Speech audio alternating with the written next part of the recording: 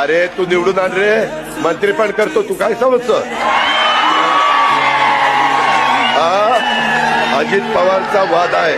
मी advocate Manikrao Saraswati Shivajirao Kokate ईश्वर साक्ष शपथ घेतो की वाघाची लीलानी कपाळी टिळा तो जेडंधारासाठी